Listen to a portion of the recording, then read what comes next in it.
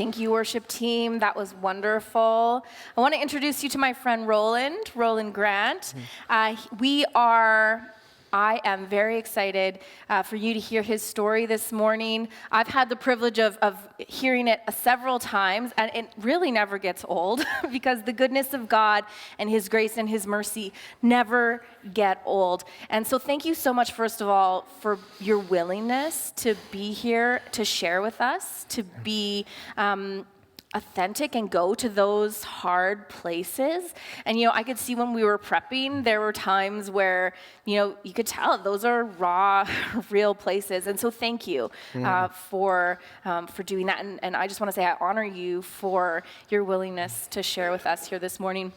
And so we are in our second annual Overcome series, and the heart behind that comes from the verse in Revelation chapter 12, where it says that the saints overcome by the blood of the Lamb and the word of their testimony. And we know here at Fort Alliance that our testimonies make a difference, that they mean something. And when we did this last year, the feedback was just so amazing that people found the stories so incredibly helpful and uplifting. And so we thought, well, we have to do this again. So thank you for being here and being a part of this with us. So also wanted to let you know that at the end of our time together, Roland is going to be baptized. So this is a big morning for him, and we just pray God's peace on you as we start. So let's get into this. I want you to tell us a little bit about your childhood, about little Roland. If you can imagine tiny little Roland. You weren't always this tall, right? Not always this big, yeah. Tell us about your story, about your childhood. Oh my, we'll start from the beginning. My father and my mom were, I wasn't planned. I was a party accident. I had spent the next 8 years living with my mom in Red Deer. She had her own struggles, keeping a job, keeping a roof over her head, putting food on the table. Keeping me in school. At one point, we were both actually living in a women's shelter. I lived there for a brief time with her until it was decided that I would move in with a friend of hers, Marlene. She's here today, and I'm very grateful for her being here. And her husband took me in with open arms while my mom still lived at a women's shelter for the next little while until she had decided that she was going to be moving back to New Brunswick to move in with her father at the time and leaving me on the other side of Canada. It was decided I would go live with my father and my stepmom. Looking back on it now, I learned very quickly that alcoholism was hereditary in my family. My grandpa liked his alcohol. My father was a daily drinker. My father was also a man who took care of his family, and he's loving and caring. He did enjoy his whiskey at night. This was a daily thing. Looking back on it now, those teenage years and growing up and in that situation, probably like it wasn't. It definitely had an effect on me growing up and played a part in my life and what would be to come. But yeah, I think you touched on something important there that addiction doesn't make someone bad, right? That you can love your kids, love your family. Addiction is a sickness, but it doesn't make you, that person has an addiction, they're therefore all a bad person. So thank you for speaking to that, because I think that can, people can make that kind of black and white in their heads when it definitely isn't. So you grew up around alcohol. You've talked about, this hereditary predisposition to abusing alcohol. When did you yourself start consuming alcohol? I think the first time I touched it was 12 or 13, somewhere in that area. It's just a baby. Just a little young teenager. I started early, just with friends. They would steal from their parents, and weekends or when we get together, we would get into it a little bit, kind of thing. And those were my first experiences. Yeah. So started drinking early, but you'd say it was kind of, teenage partying, kind of that thing. And then talk to me about when you were 20 years old, you had something happen that really set your life on a hard, dark path. So talk to us about what happened when you were 20. Yeah, so I moved out on my own when I was 18. Was working in the oil fields at the time. Money was okay and everything, and I was buying booze for the first time in my life, and alcohol wasn't a problem. I don't think it was a major problem in my life back then, back on it in those couple of years leading up to when I turned 20. But it was starting to progress then. This incident that I'm gonna talk about here was I was off work early, or I didn't work that day. A friend of mine he's my cousin as well. I'd showed up early. We were drinking all day kind of thing at my place for a little bit. Then we started to go bar hopping and ended up having a late bar night kind of thing. His sister came and got him later on in the night, and she had asked, she's also my cousin too, but duh. That's good, that's helpful. I didn't put two and two together, so thank you. But she came and got him. She offered me a ride home too, but I wasn't done that night. In my mind, I still had some partying to do kind of thing, so I turned down the ride home. By the time the bar was closed and I had to go home kind of thing, I lived about 15 minutes away from home. 15-minute walk, yes. Yeah. My car, I had done this numerous times in the past. I would park my car down around the street from the bar where I knew I would end of my night would be. And if there was cops outside of the bar, I would walk and just look like I'm walking to leave the bar, and then go around the block and hop in my car and drive home. Well, instead of doing that 15-minute walk that night, I decided to do what I had done so many times before. I got behind the wheel after drinking all day. From what I recall, I passed out and drove through a cement barricade, through a person's fence. I got knocked right out. I woke up with the airbag in my face and the guy banging on my window to see if I was okay kind of thing. And yeah, that was really, really traumatic for me, looking back on it. I lost my job out of that. I was a heavy equipment operator at the time. I needed to drive to work.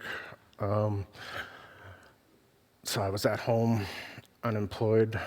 I started, this is when I look back on it, it was when my drinking alone started. Started to increase, or originally started, but started to increase a lot over this next year when I had the impaired. Oh, I thought you were going to say something. No, I thought I was going to sneeze, but I'm not, so go ahead. No, sorry. But no, during that period, yeah, that's when depression really set in, and I was at home and I was drinking for something to do. That's really when that really started and started becoming an issue in my life. And yeah, there's just a lot of depression during that time, and I was coping with alcohol and just starting down a pretty bad path that was about to come. So we see a progression, right? It's not like you took your first drink and you went, I need to drink a bottle of this a day, right? It was slow for you, and so you went from, just partying with your friends in high school, and then, working hard, partying hard in your 20s, and then now after your DUI, it really changed to a dependence, would you say? Absolutely. Yeah, where it was something where you felt all of a sudden like you needed this. So when we were planning, we met together, and I put rolling through the ringer for like 2.5 hours, where I got him to tell me his story, and I could see he was like, what have I done? Why have I signed up for this? I was not expecting all that. So thank you. But, we talked about, how there was this 12-year period of your life That was Yeah. really, really hard. And you know, some people say that was my low spot, and we were saying, you know, you kind of had like a long low valley.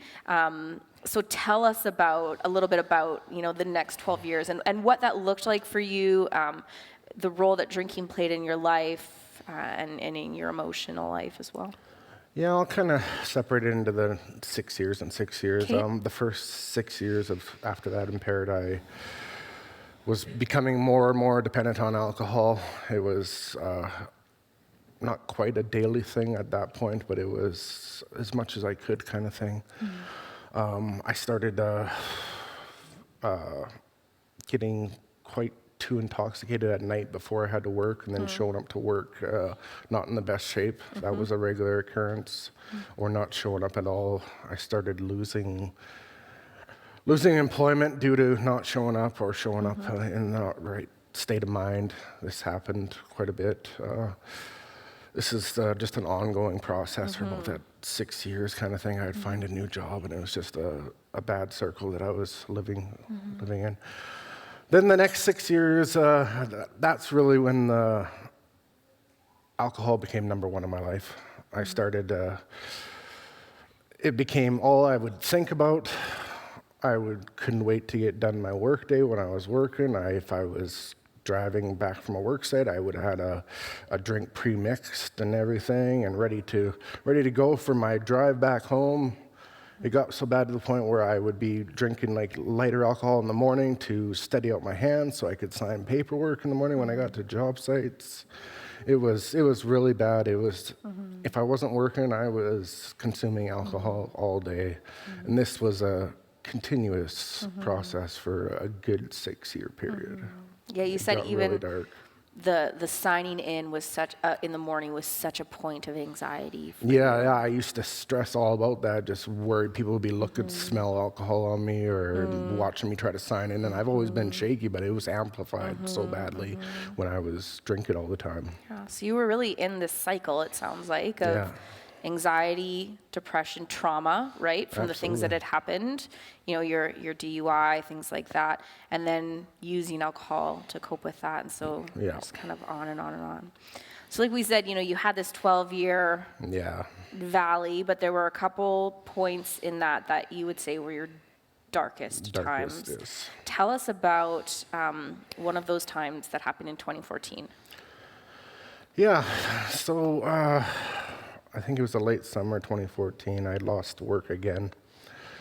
I was behind on rent. Life had just got to an all-time low for me. I thought this was my rock bottom at that time. I'd thought about it for about 3 months straight, or a little, maybe even a little longer looking back. I don't remember, but I was contemplating suicide. It finally got to the point where I tried to take action on it. I thank God every day that I didn't have a gun or a vehicle at that point, because I wouldn't be sitting here today. Whew. I did try to poison myself, though, because I still made an attempt. I tried to poison myself by drinking anything toxic in my house, like barbecue fluid and stuff or whatever. I couldn't keep it down. I would just keep throwing it up. I tried to electrocute myself. That didn't work. I had then made a decision on how I was going to do it. I wrote a goodbye note to my family. I had strung up a cable in my basement and had it around my neck, and I stood on that chair for well over half an hour. Just about kicked it out a few times, just about very close, but ultimately I decided not to, and I think that's the first time where God kind of grabbed me and said, "It's not your time yet." And yeah. Yeah, thank you for sharing that. That is, it's as real as it gets, right? Yeah. So thank you for sharing that. So there were lots of ups and downs for you, but that suicide attempt in 2014, that kind of scared you a little bit, hey? Yeah, after I self-detoxed for a week and got very sick and started feeling better, I found a new job, got myself a little bit together for about 6 months. Started working steadily and paying rent. I think I definitely scared myself a little bit. Eventually, though, alcohol took over again. I went down the same rabbit hole. I got drinking again. It became the main focus in my life, and I started spiraling out of control again. Yeah. And so you had this, over the next few years, these ups and downs, different jobs, living in different places, and like you said, periods where you would try really hard to pull yourself up by your bootstraps and detox and try to get things together a little bit, and then just in this cycle, right? And then eventually, you had an opportunity to move to Saskatchewan, one of my favorite places. Go Saskatchewan. So you had an opportunity to go to Saskatchewan. Tell us about that. So I was living in Hinton at the time. I had lost another job. My rent was falling behind. I was told I had to be out by the end of the month. So I got given a little bit of a gift. I applied to a job for a sandblasting, or for a trucking company for a sandblasting job, which I had some experience in Saskatchewan. The big kicker for me was they supplied housing for employees if they're willing to move there, kind of thing. So I was like, score kind of thing, right? Ended up moving there, packing up everything, moving there. Left all my belongings behind in Hinton, other than some clothes and stuff that I needed, work gear. Moved to Saskatchewan, did this job for about 3 or 4 months. My addiction, like I was still drinking pretty heavily during that whole time. Eventually, I ended up, I don't recall actually doing it, but I have the text message to prove it. I ended up threatening my foreman at the time. So I had gotten fired from that job, and in the same sense, I had lost my housing at the time. Here I am in another province, don't know a soul. Just lost my last good thing kind of going on in my life. I had a lot of friends disappeared, a lot of family didn't want to deal with me anymore, understandably. There's only one part of my family that was really still in close contact, and that's my sister Ashley. And Ashley's a good name. Ashley is a good name. Ashleys are good people. Yes, they are. Yes, they are. So yeah, I lost that job, got kicked out, and I found myself homeless for the first time in my life. Didn't know what I was gonna do or whatever. They said the company said they could take me kind of anywhere within reason. We can drop you off, kind of things. So I chose the next little town, and I had convinced this hotel that I gave them some baloney story saying that I could pay them down the road, kind of thing, if they let me stay, kind of thing. And I went and checked myself into this hotel for the next couple weeks and lived out of there. My addiction only got worse and worse as I stayed in there for about 2 weeks. More and more depressed on what the heck I was gonna do. How am I gonna dig myself out of this one? I'd always kind of found the next thing or found my next way, kind of thing, and I wasn't seeing an end. This time, I had went on a walk for some more alcohol because I needed it so bad back then. And on my walk back, I had found a needle on the ground. As soon as I seen that, I'm like, that was my way out right there. I remember seeing that needle. Here's my way out. And I grabbed the needle, brought it back to my hotel room. The next day, I went and picked up some rat poison. I was planning on ending my life. I was gonna dilute the rat poison and inject myself with so much of it that I wouldn't survive. I was leading into that. I had woken up one morning after I had passed out and started drinking again. It got to about 11 o'clock. The hotel manager was banging on my door asking for, like, you need to make a payment or you gotta go, kind of thing. And then I started freaking out, so I panicked. I locked myself in this hotel room. He tried numerous times to get me to come out for the next hour or so. Didn't happen. I was just ignoring it. Eventually, the cops were called. They tried to get me out. I didn't answer to them either. I locked myself in this room. Didn't know what the heck I was doing. Eventually, they broke in. You barricaded the door, right? Yeah, I locked the deadbolt and everything. They had to really break in to actually get me out, kind of thing. So anyways, once the police got in, I got arrested. I spent the next 20 hours in a detox facility.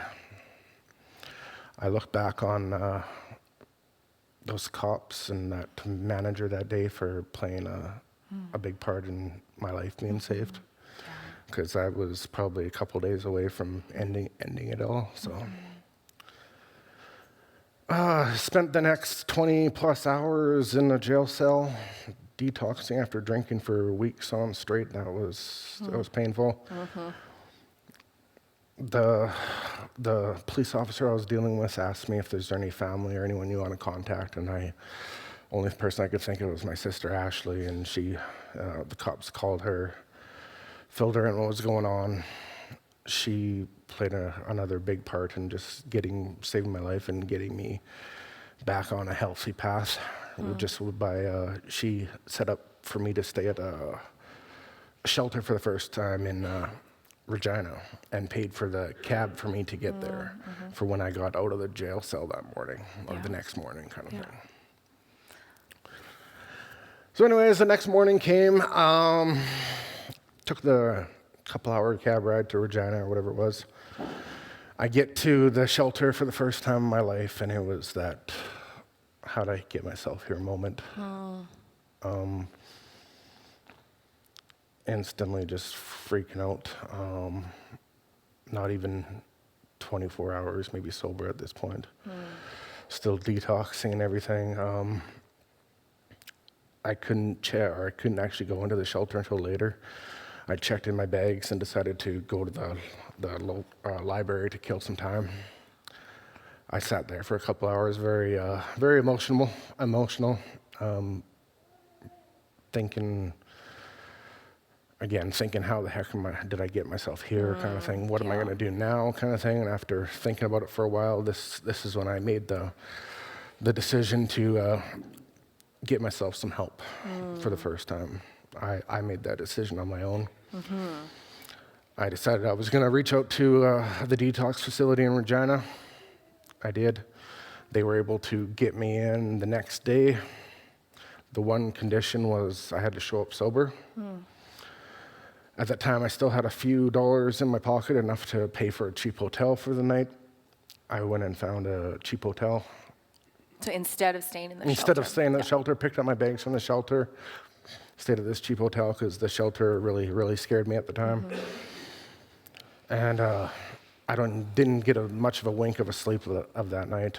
There was a liquor store right across the street that I could see from my hotel room, and I fought myself all night on just going there and grabbing a bottle, thinking, heck, I'm going to a detox facility. What's it going to hurt, right? But I ended up not choosing to not drink, and the next day I checked myself into a detox facility in Regina for the first time in my life. Wow, moment of decision there, hey? In that room, wrestling. That was my rock bottom. And that was.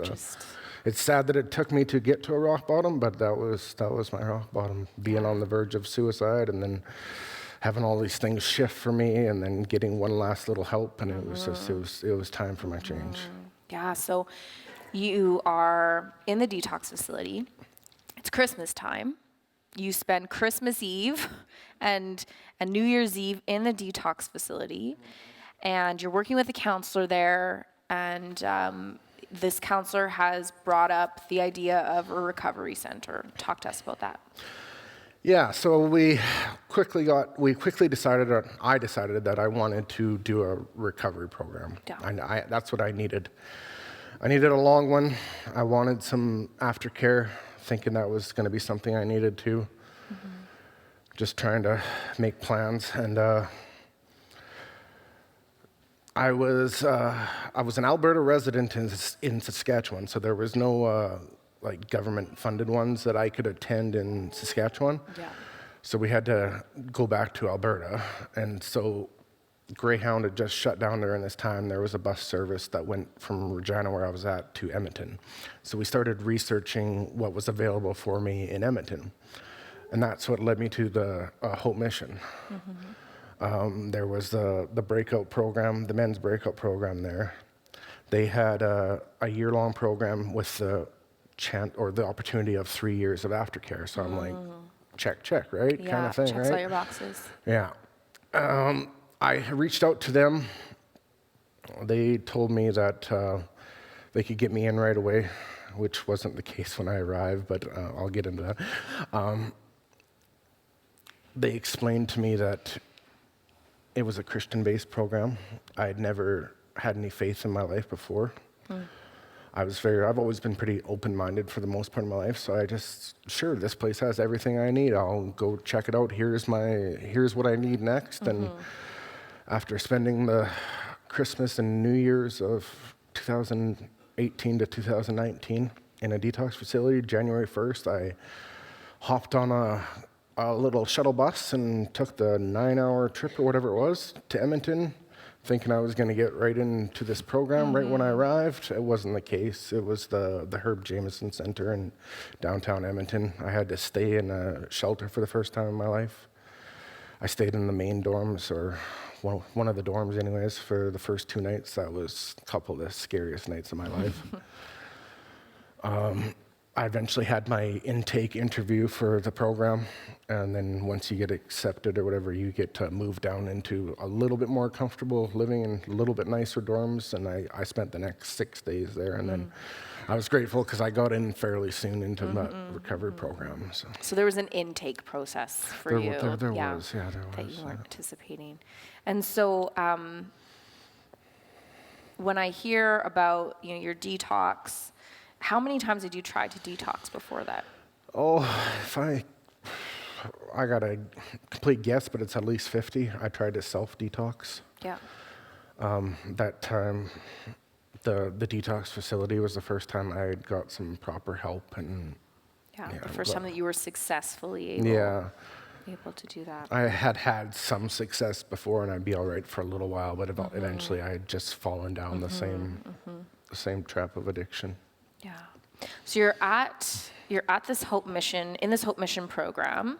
Yeah. You're not a believer, but you're surrounded by believers, which you're like, whatever, it's fine. But talk to me about when your treatment and faith began to come together for you. Oh, yeah.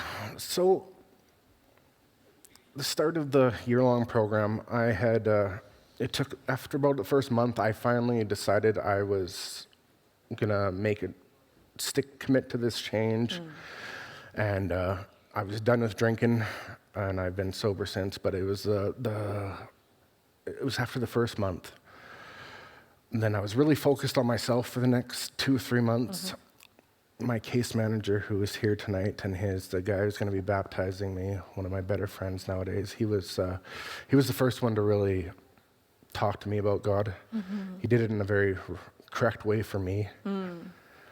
He didn't push it down my throat, just kind of talked to me, just slowly introduced me to God. And looking back on it now is such a huge step for me, just to hear some of these beautiful things. I started believing more in what Josh was saying, what I was learning in the programming too, at the breakout program for men. It was April 21st in 2008 or 2019. It was my birthday.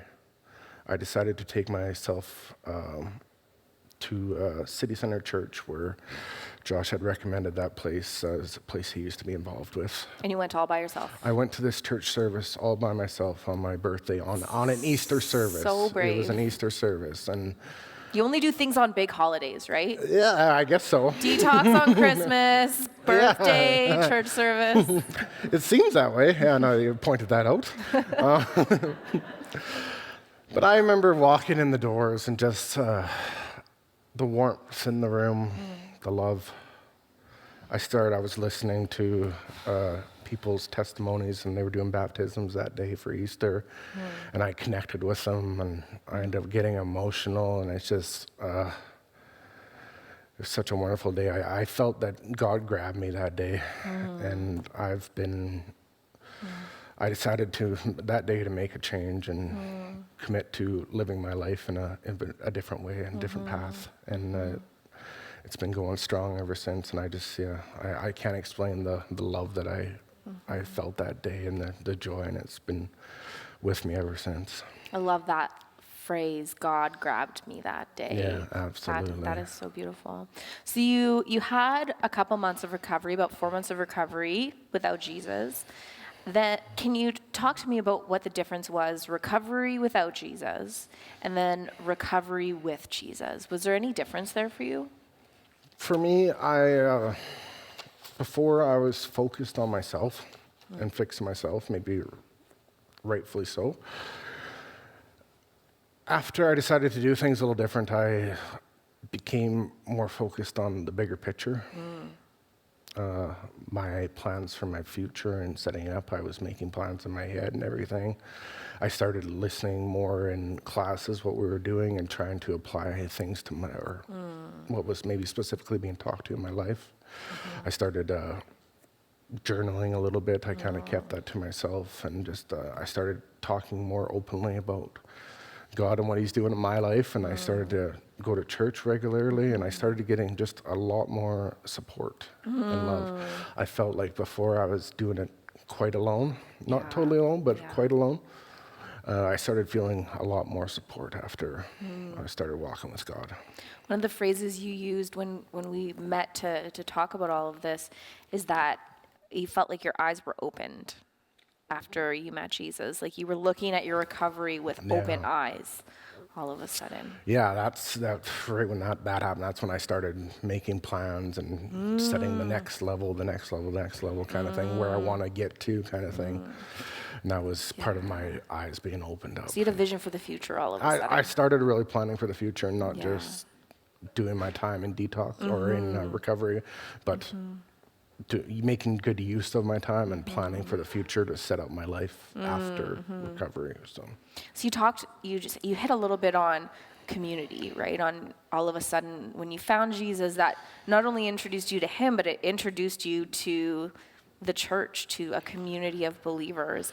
So talk a little bit more about what that has meant for you, how that has helped you, even, this church community, what that's meant for your life. Yeah, it's meant so much. I've met, who would have thought church-going people would be so nice and loving? Yeah, I never would have thought, right? I've met so many good people. I've had such good supports. I met my sponsor, who's here, and have become a really good friend of mine through church, and it's just been nothing but, for someone like me, I need the support. I didn't realize how much I needed it until I had it, and now I just don't want to let it go. So that's why I keep coming back, I guess.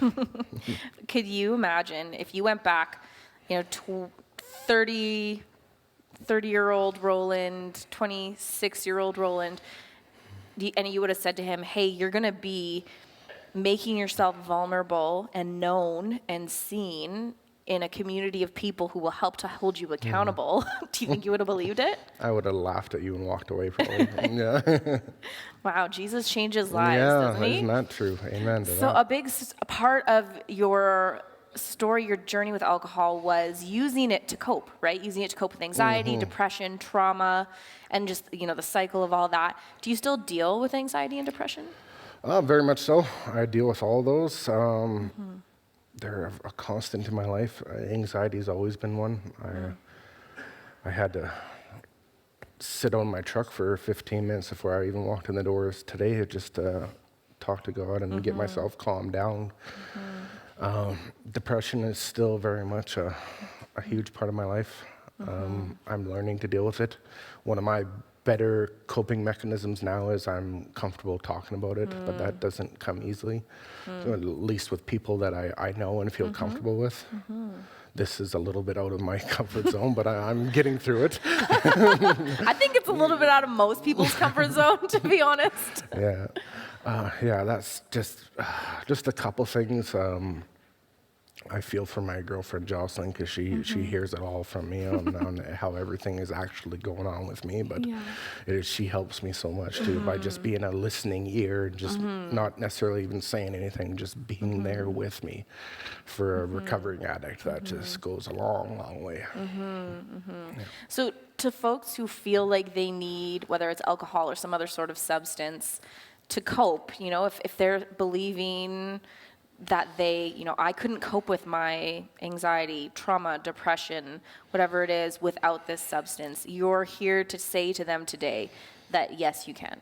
That there is hope in Jesus. There absolutely is, and that, I know it's cliche, but you don't got to do it alone. It ultimately comes down to the person has to make a decision.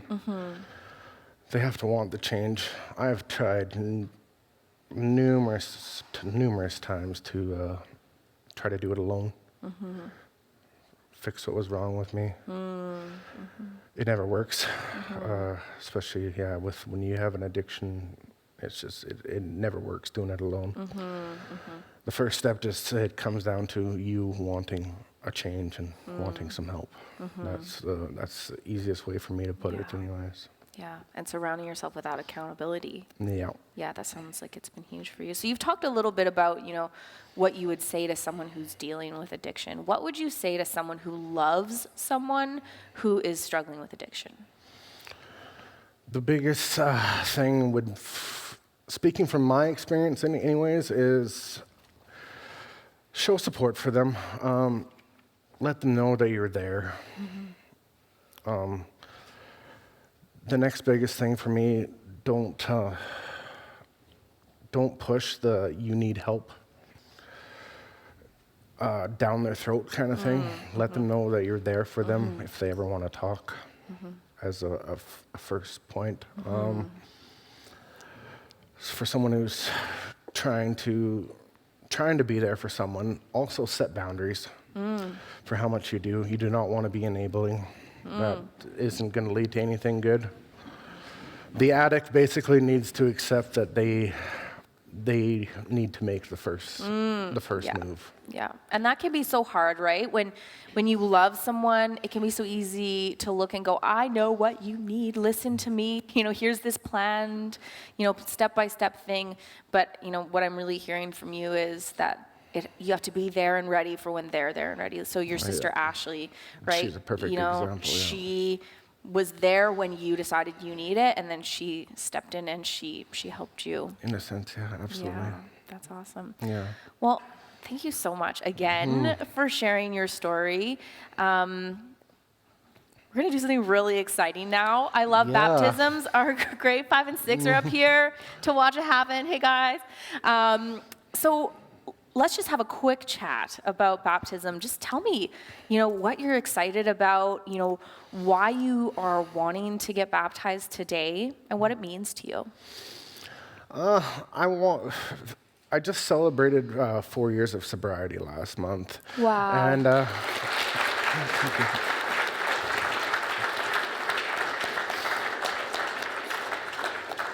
thank you, everyone.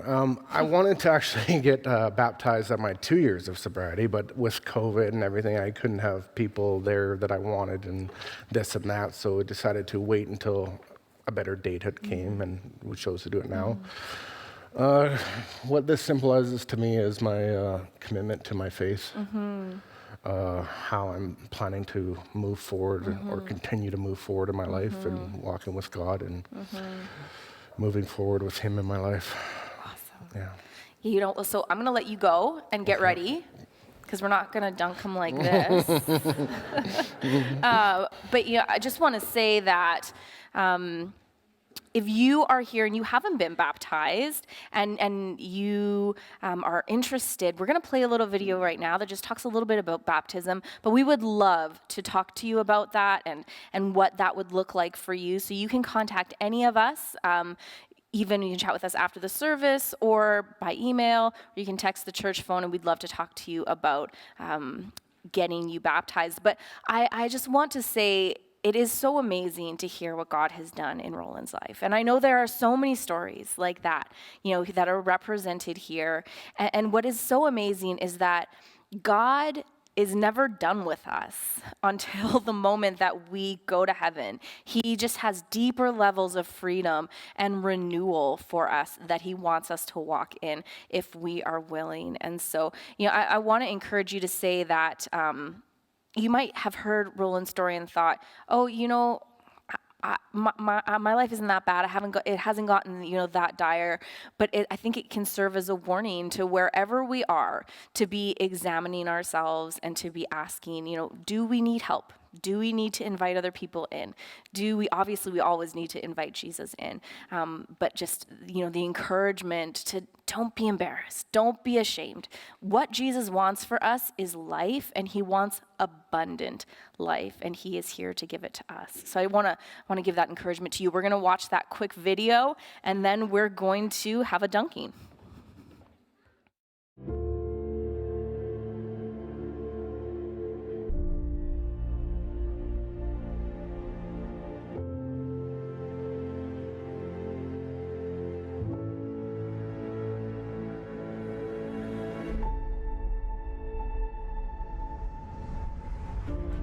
Baptism is a symbol of what Jesus did for us in his death, burial, and resurrection. Being lowered in the water represents our old life dying. Just as Jesus was dead and buried, our past and future sins are gone forever. we are forgiven. When we are raised out of the water, It represents our new life in Christ. just as Jesus was resurrected, we are a new creation. The old is gone. The new has come. Today, we celebrate as people take their next step and tell the world that Jesus has brought them from death To life. To life. Today we celebrate the miracle of a changed life. based upon their profession in Jesus Christ. In the name of the Father, The Son and the Holy Spirit. We are buried with Christ. Raised to and walk. raised to walk in newness of life. Newness of life.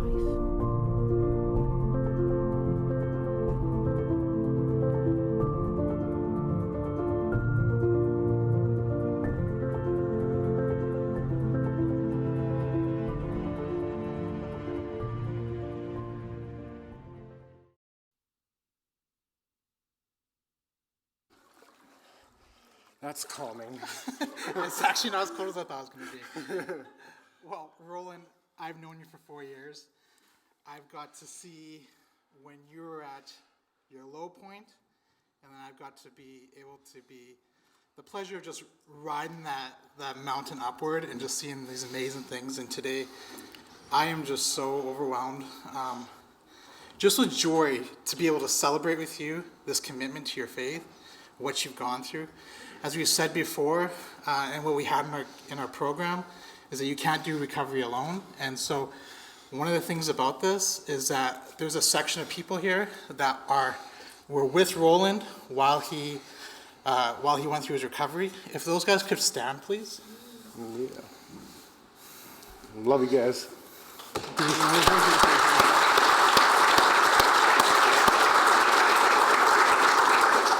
It's also a testimony of the faithfulness of God, who can bring people from their lowest point into places of celebration, into recovery, into freedom. And as I look at Roland right here, and I look at your brothers that are here as well, this is a testimony of the faithfulness of God, that he has never left you, he's been with you. It's amazing the things that you have gone through and the places you're at right now. Thanks, brother. One of the things I've known about Roland, that I don't know if anyone of you guys have ever talked to him, he's one of the most driven people I've ever seen in my life. When we got into recovery and he came in, I was the one that did admissions, as well as I was the one who ended up assigning the case managers. And we pray over who's going to be the case manager for each person. And the crazy thing was that when I was praying over Roland, I felt like I should be his case manager. And what a joy this has been. And I think it's definitely been a God-ordained thing. It's just amazing the things that God can do through, if a person's just willing, right, and surrendered. And so I've seen you do amazing things in this last 4 years, and there's no slowing down on you. I see a trajectory that isn't just, oh, I feel tired, I feel like I'm giving up. It's like you have just been goal after goal after goal, and it hasn't just been goal after goal after goal. It's been, I feel God wants this for me, and accomplishing those goals, which is amazing. And so today, let's do this baptism. So first off, do you believe that Jesus Christ is Lord? Yes, I do. Do you believe that Jesus Christ died for your sins to set you free? Yes, I do. All right, let's do this. Okay. It's deeper than what I was thinking. Woo! Oh, yeah. All right. Okay. Upon your confession, I baptize you now in the name of the Father, the Son, and the Holy Spirit.